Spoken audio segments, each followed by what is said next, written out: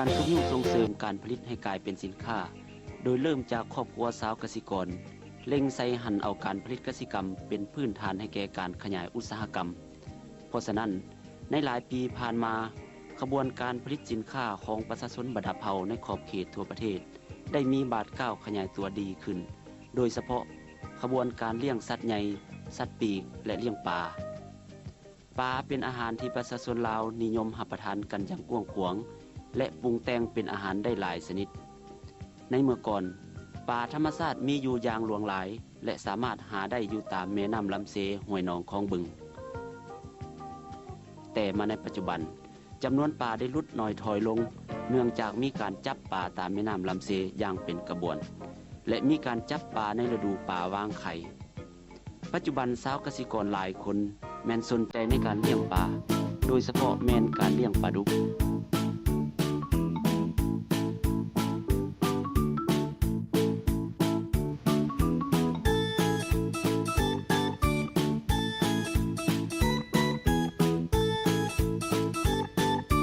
ปลาดุกเป็นปลาที่มีราคาแพง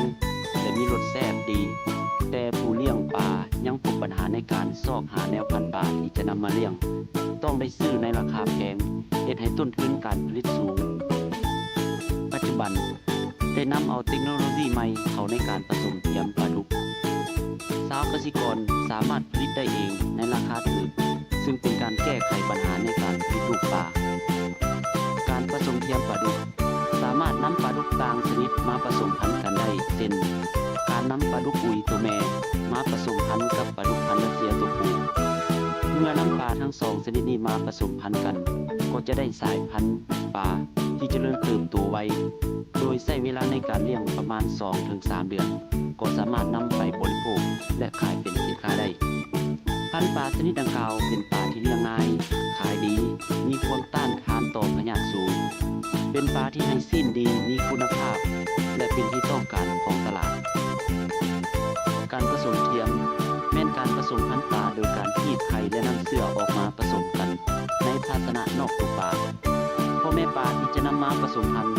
ต้องมีความพร้อมและมีไข่แก่สมบูรณ์นำเสื่อดีพร้อมที่จะผสมพันธุ์โดยการฉีดฮอร์โมนกระตุ้นให้เกิดการออกไข่ปัจจุบันนี้ในการผสมพันธุ์ปลาที่มีความสำคัญทางด้านเศรษฐกิจซึ่งส่วนหลายแล้วจะนำใส่ฮอร์โมนเพื่อกระตุ้นซึ่งฮอร์โมนนี้จะเป็นฮอร์โมนประเภท LSRS analog ซึ่งเป็นสารกระตุ้นซึ่งมีชื่อว่า Suplifac ถ้าสักยาฮอร์โมนชนิดนี้จะไปสกัดกั้นบ่ให้ต่อมใต้สมองเพื่อสร้างคลอโรโนฟินออกมาดังนั้นเฮาจะใส่ร่วมกับยาโมติเลียมซึ่งจะต้องใส่ร่วมกับฮอร์โมนซูปลิแฟกซึ่งจะฉีดปลาได้รับผลดีกับอุปกรณ์ที่ใช้ในการกล้าเกี่ยมฮอร์โมนเนื่องจากว่าฮอร์โมนซูปลิแฟกจะสามารถละลายในน้ำเกลือเพราะฉะนั้นจึงมีน้ำเกลือ1อันมีขวดที่ใช้ผสมซูปลิแฟกตามขนาดเซนขนาด50ซีซีขนาด100ซีซีหรือแล้วแต่ปริมาณของตัวปลาที่เฮาจะซักนอกจากนั้นก็จะมีแสลงเพื่อใช้ในการดูดเอาน้ำเกลือและก็ใช้เพื่อซักปลานอกจากนั้นแล้วก็จะมีโคกสำหรับบดยาในการผสมฮอร์โมนซูปลิแฟกวิธีที่ง่ายที่สุดเฮาจะเอาฮอร์โมนซูปลิแฟก1ซีซีนำมาผสมตามอัตราส่วนผสมที่เฮาต้องการซึ่งในนั้นถ้าหากต้องการ30ไมโครกรัมต่อ1ซีซีเพื่อนำไปซักปลาดุกอุยจากนั้นจะใส่ลงไปในขวดที่เฮาได้กักเก็บไว้เพื่อกักเก็บผสมก่อนอื่นพวกเฮาต้องดูดเอาน้ำกันเข้าแสลงประมาณหน่อยหนึ่งเพื่อไล่ลมออกจากแสลงจากนั้นเฮาก็ดูดให้เต็มตามปริมาตรที่เฮาต้องการของแสลงขนาด10ซีซีต่อไปเฮาก็นำเอาน้ำกันหรือน้ำเกลือที่เตรียมไว้เพื่อผสม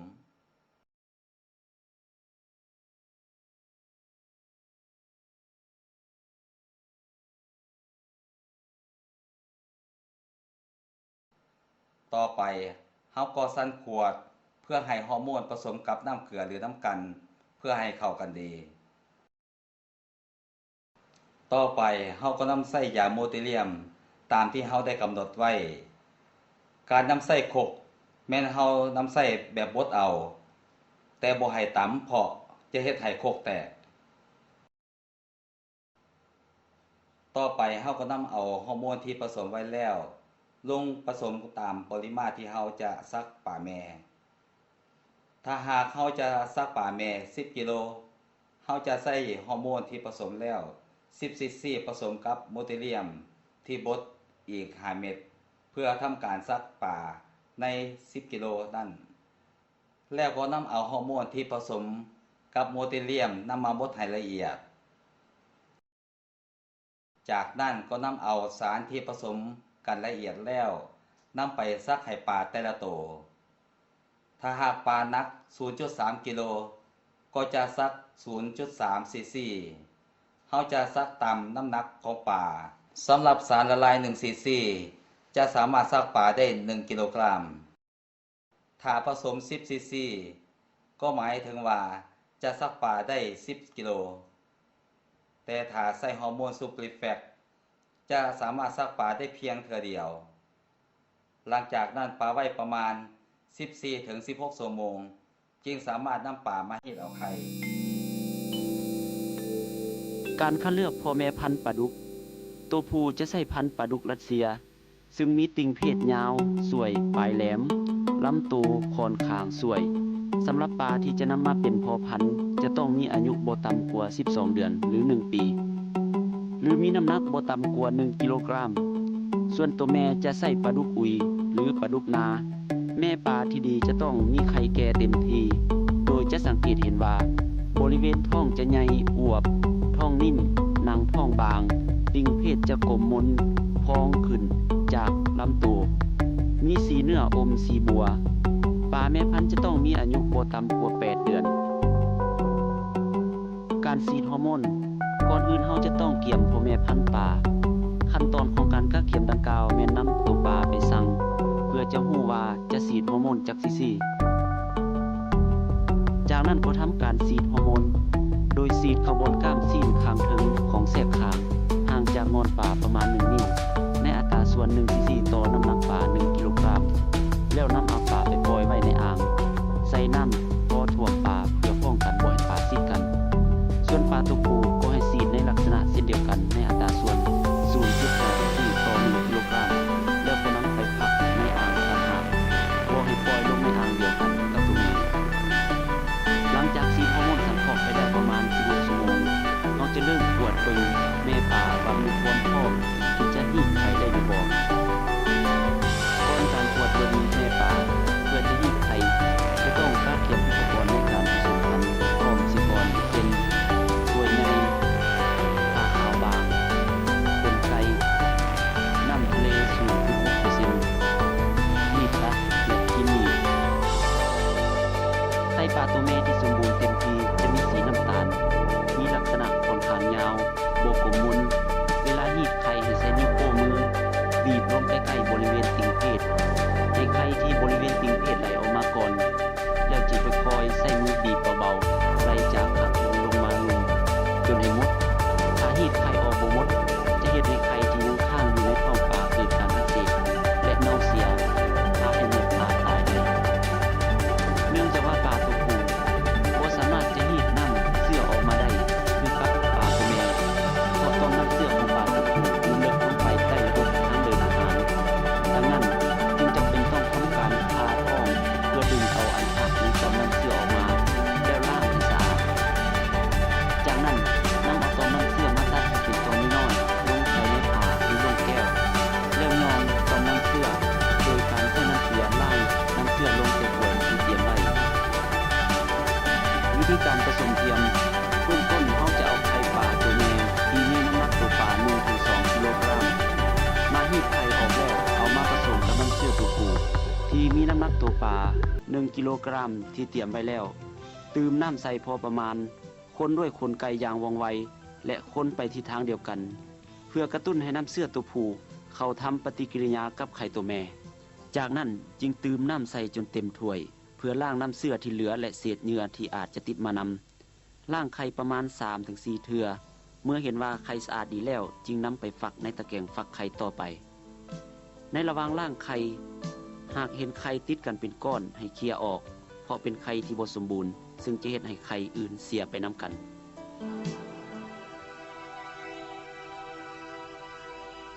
การเตรียมอ่างฟักไข่ก่อนจะนำไข่ไปฟักต้องเตรียมอ่างซึ่งเป็นอ่างซีมังขนาดกว้าง2เมตรยาว5เมตรและสูง60ซมปล่อยน้ำเข้า30ซม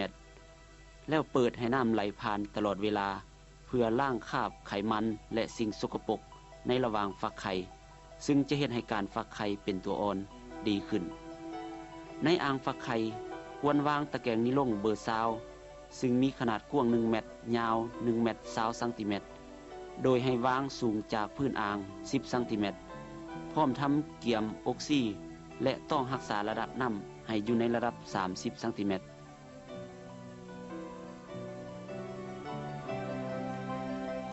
การโห้ยไข่ป่าภายหลังเฮาทำความสะอาดไข่ป่าแล้วนำเอาถ้วยที่มีไข่ป่าจมลงเทิงตะแกรงถ้ามีไข่ฟูเฮาควรใส่ฝ่ามือตบลงค่อยๆจากนั้นใส่ขนไก่ค่อยๆเคลียร์ไข่ออกจากถ้วยลงใส่ทางกลางของตะแกรงฟักเป็นทางยาวให้สุดตะแกรงแล้วคอยเคลียร์ไข่ออกสองข้างของตะแกรงให้กระจายสม่ำเสมอการฟักไข่ปลาดุกเมื่อเฮาโห้ยไข่ทั่วตะแกรงแล้วเฮาต้องกวดการระดับของน้ำในอ่างและตะแกรงต้องอยู่สูงจากพื้นอ่าง10ซมอุณหภูมิของน้ำประมาณ25องศาเวลาฟักไข่จะใช้เวลา 30-36 ชั่วโมงจึงสามารถแตกเป็นตัวอ่อนลักษณะของอ่างโดยทั่วไปจะต้องเป็นรูปสี่เหลี่ยมขนาด 3x6 ตารางเมตรความลึกประมาณ 60-80 ซมพื้นอ่างควรลาดค่อยส่วนหนึ่งเพื่อใส่ท่อระบายน้ำและจะต้องให้มีอ่างขนาดน้อยๆในบ่อระบายน้ำออกเพื่อสะดวกในการรวบรวมลูกปลาเพื่อนำปลาไปอนุบาลในส่วนทำอิฐควรใส่น้ำประมาณ25ซมอัตราการปล่อยลูกปลาประมาณ 1,000 ตัวต่อตารางเมตร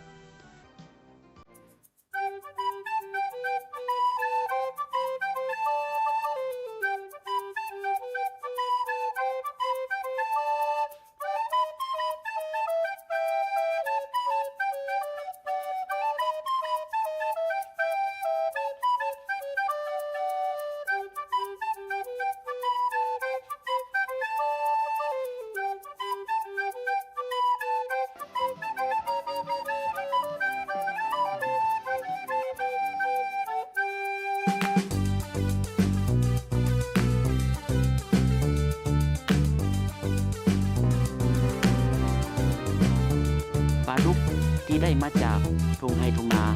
พวกเขาสามารถนำมาพัฒนาเป็นแนวพันธุ์ใหม่ที่ให้ผลผลิตสูงทั้งเป็นผลดีแก่ชาวเกษตรกรผู้ที่สนใจในการเลี้ยงปลาดุกอุยสายพันธุ์ใหม่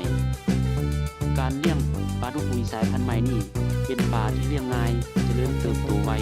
แต่ยังรักษารสชาติไว้คือเก่าเช่นเดียวกับปลาธรรมชาติการใช้ฮอร์โมนสังเคราะห์ในการผสมพันธุ์เป็นวิธีการที่ง่ายชาวเกษตรกรเขาสามารถผสมพันธุ์ด้วยตัวเองได้ทั้งช่วยลดต้นทุนในการจัดซื้อแนวพันธุ์จากบนอื่น